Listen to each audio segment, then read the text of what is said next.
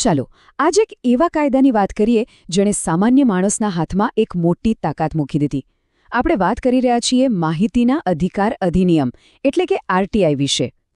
ક્યારે એવું બન્યું છે કે કોઈ સરકારી કચેરીમાં કોઈ કામ માટે ધક્કા ખાધા હોય અને કોઈ સીધો જવાબ જ ન મળે? બસ એક જ જવાબ સાંભળવા મળે, આ તમારો વિષય નથી. પણ પછી આવ્યું વર્ષ 2005. એક એવો કાયદો આવ્યો જેણે આખી બાજી જ પલટી નાખી.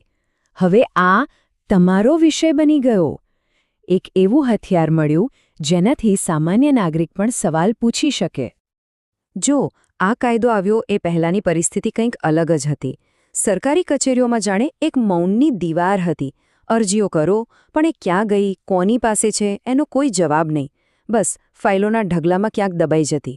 આને જ તો કહેવાય છે લાલ ફીતાશાહી. મતલબ કે એટલું બધું કાગળિયું કામ અને એવી લાંબી પ્રક્રિયાઓ કે કોઈ કામ આગળ જ ન વધે, બધું અટકી જાય. અને સૌથી મોટી વાત, આમાં કોનો વાંક છે એ શોધવું લગભગ અશક્ય બની જાય. તો પછી આ લાલ ફીતાશાહીનો તોડ શું? આનો જ જવાબ છે માહિતીનો અધિકાર અધિનિયમ 2005, જેને આપણે બધા ટૂંકમાં આરટીઆઈ તરીકે ઓળખીએ છીએ. અને હા, એવું નથી કે આ વિચાર અચાનક ભારતમાં જ આવ્યો. દુનિયાભરમાં સરકારોને વધુ પારદર્શક બનાવવાની ચળવળ ચાલી રહી હતી. છેક 1766માં સ્વીડનમાં આવો કાયદો બન્યો હતો. ભારતમાં પણ રાજ્યોના સ્તરે પ્રયાસો થયા અને આખરે 2005માં જે આરટીઆઈ કાયદો આવ્યો એ પહેલાંના બધા કાયદાઓ કરતાં ઘણો વધારે મજબૂત અને અસરકારક હતો. આ કાયદા પાછળનો હેતુ બહુ સ્પષ્ટ હતો. પહેલો, સરકારી કામકાજમાં પારદર્શિતા લાવવી. બીજો, અધિકારીઓને તેમના કામ માટે જવાબદાર બનાવવો. અને ત્રીજો, ભ્રષ્ટાચાર પર લગામ કસવી. આ બધાનો છેવટનો મતલબ શું? સામાન્ય નાગરિકને લોકશાહીમાં ભાગ લેવા માટે સશક્ત બનાવવો. હવે આ સ્લાઇડ પર જે વાત છે એ બહુ રસપ્રદ છે. જુઓ, જવાબદારી અને જવાબદેહિતામાં ફરક છે. જવાબદારી એટલે કોઈ કામ સોંપાયું હોય એ કરવું. જેમ કે ઈસરોને ચંદ્રયાન-2 લોન્ચ કરવાની જવાબદારી સોંપાઈ. પણ જવાબદેહિતા એટલે શું? એટલે કે એ કામના પરિણામ માટે જવાબ આપવો. ચંદ્રયાન-2 જ્યારે નિષ્ફળ ગયું ત્યારે એ કેમ નિષ્ફળ ગયું એનું વિશ્લેષણ કરવું અને ચંદ્રયાન-3 સફળ થાય એ જોવું, એ છે જવાબદેહિતા. આરટીઆઈ આ જવાબદેહિતા નક્કી કરે છે. સારું, તો હવે સૌથી મહત્વનો સવાલ, આ અધિકારનો ઉપયોગ કરવો કેવી રીતે? આખી પ્રક્રિયા એકદમ સરળ છે, જેને આપણે થોડા ફોર્મ્સ અથવા નમૂનાઓની મદદથી સમજી શકીએ છીએ. આખી વાત 4 સરળ સ્ટેપ્સમાં વહેંચાયેલી છે.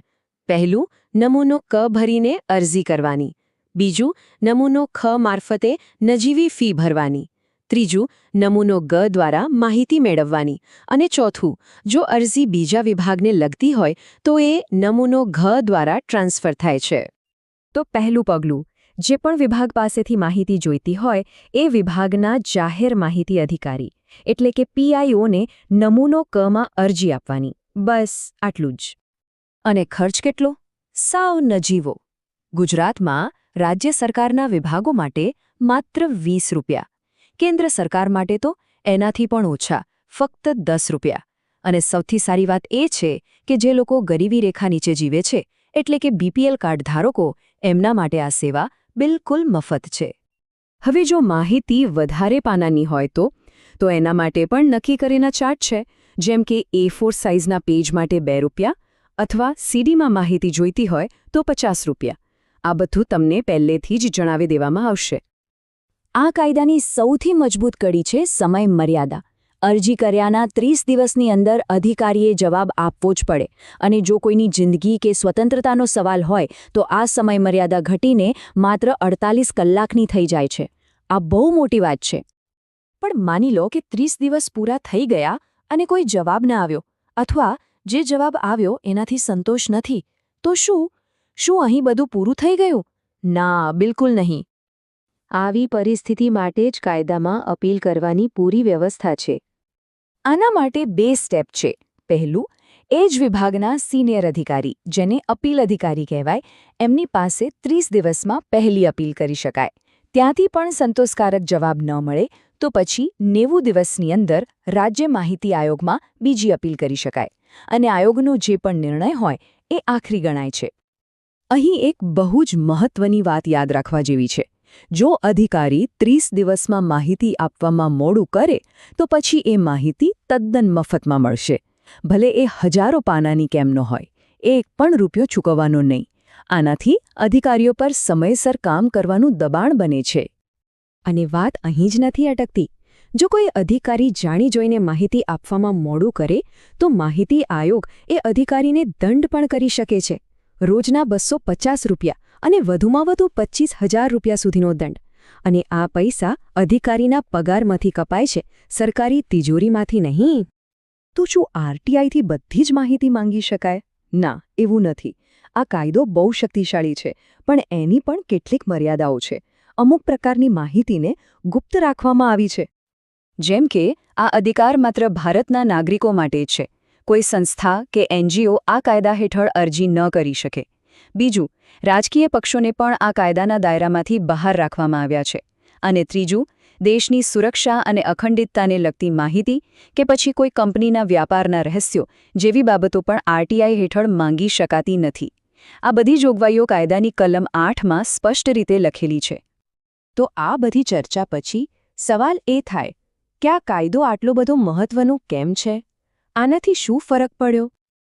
કારણ કે આરટીઆઈ એ માત્ર કાગળ પરનો કાયદો નથી.